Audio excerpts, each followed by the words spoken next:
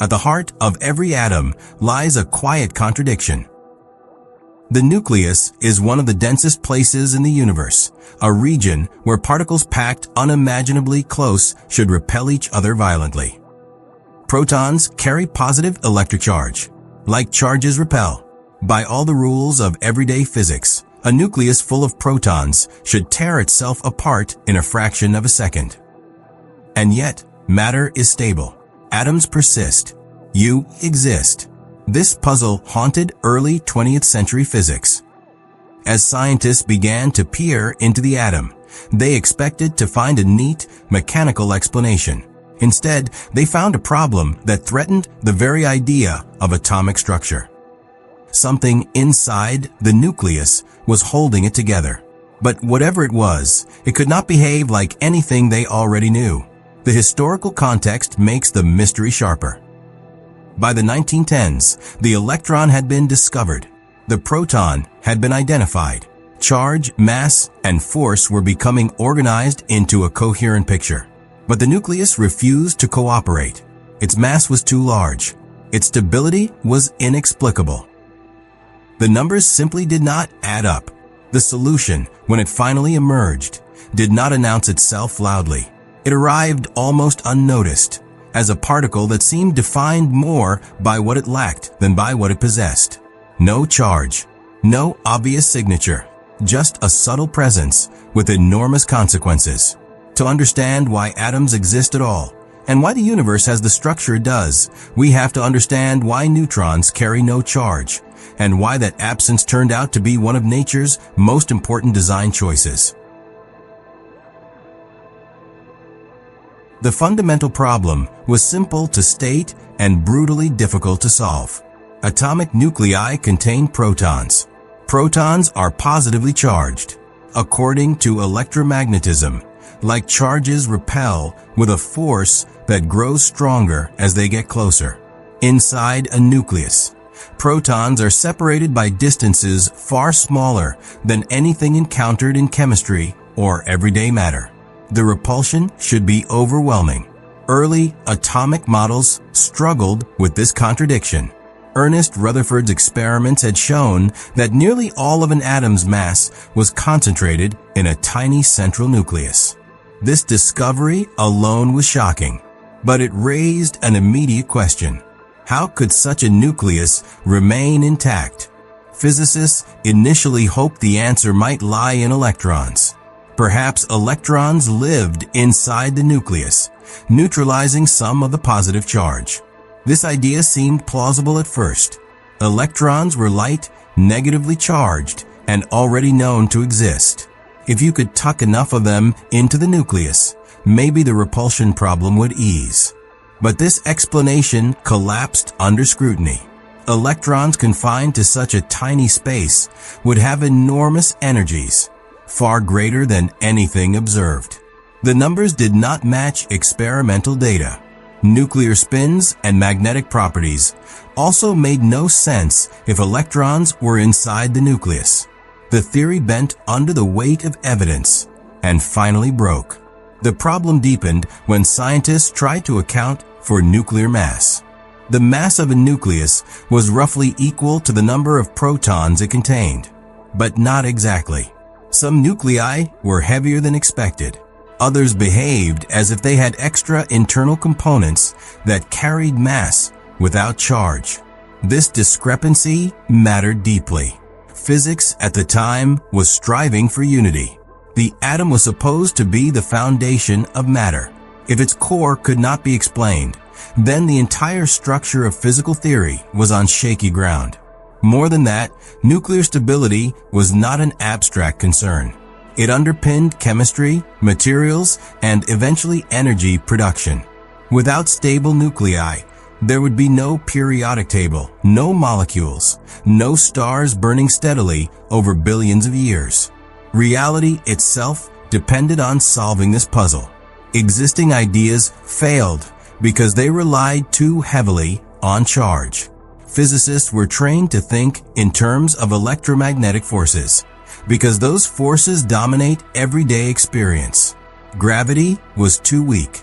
Electromagnetism was powerful and familiar. But inside the nucleus, the usual hierarchy of forces did not apply. Something else had to be at work, a force strong enough to overcome proton repulsion, yet subtle enough not to dominate outside the nucleus. And whatever mediated this force had to do so without introducing new electrical chaos. The stakes were existential for physics. Either a new particle existed, or a new way of thinking about matter was required. The nucleus was not just hiding an answer. It was demanding a revolution. Clues began to accumulate in quiet, frustrating ways. Certain elements existed in multiple forms that behaved chemically the same, but had different masses. These were called isotopes. Chemically identical, physically distinct. The idea was unsettling. If chemistry depended on protons and electrons, what was causing the mass difference? Experiments involving nuclear reactions added to the confusion. When nuclei transformed, they released energy in patterns that could not be explained by rearranging protons and electrons alone. Something else was shifting inside. Scientists proposed increasingly strained ideas. Maybe nuclei contained tightly bound proton-electron pairs. Maybe charge behaved differently at short distances. None of these explanations felt satisfying. They solved one problem only by creating several more. The breakthrough came not from a single dramatic experiment, but from a growing realization that a missing entity had to exist. Someone or something was carrying mass without carrying charge. This was not just a bookkeeping fix. It was a conceptual leap. In 1932, James Chadwick performed a series of experiments bombarding light elements with radiation. What emerged was deeply strange. A form of radiation that could knock protons out of nuclei, yet was not deflected by electric or magnetic fields. It behaved like a particle. It had mass, but it carried no charge. Chadwick had discovered the neutron. At first, the neutron seemed almost too convenient. It solved the mass problem. It explained isotopes. It allowed nuclei to grow heavier without increasing electrical repulsion. But its deeper significance took time to sink in. Here was a particle that could enter the nucleus without contributing to proton repulsion. A particle that could sit between protons, altering the internal balance of forces. A particle that changed everything precisely because it did not behave like charged matter. Scientists struggled to understand how the neutron fit into the existing picture of forces. If it had no charge, how did it interact? Why did it matter so much? The answer was not immediate, but slowly, a new understanding of the nucleus began to form. Protons and neutrons were not just occupants. They were partners. Together, they responded to a force unlike electromagnetism, a force that only revealed itself at extremely short distances. The missing piece was not just a particle. It was a new layer of reality. The key insight was this. Inside the nucleus, the dominant force is not electrical. It is the strong nuclear force. This force acts between protons and neutrons alike, pulling them together with immense strength over very short distances. Neutrons, despite having no charge, feel this force fully. They bind to protons and to other neutrons. They act as nuclear glue, adding attraction without adding repulsion. This changes the logic of the nucleus completely. Protons alone cannot form stable clusters beyond the simplest hydrogen nucleus. Add neutrons, and suddenly complexity becomes possible. Helium, carbon, oxygen, iron, all depend on carefully balanced mixtures of protons and neutrons. The neutron's lack of charge is not an accident. It is what allows it to approach protons closely without being pushed away. Once inside the nucleus, it contributes to binding without destabilizing the structure. This realization transformed nuclear physics. The nucleus was no longer a chaotic bundle of charges. It was a finely tuned system governed by competing forces. Electromagnetic repulsion pushed protons apart. The strong force pulled nucleons together. Neutrons tipped the balance. Understanding this balance explained why nuclei have limits. Add too many neutrons, and stability is lost. Add too few, and repulsion wins.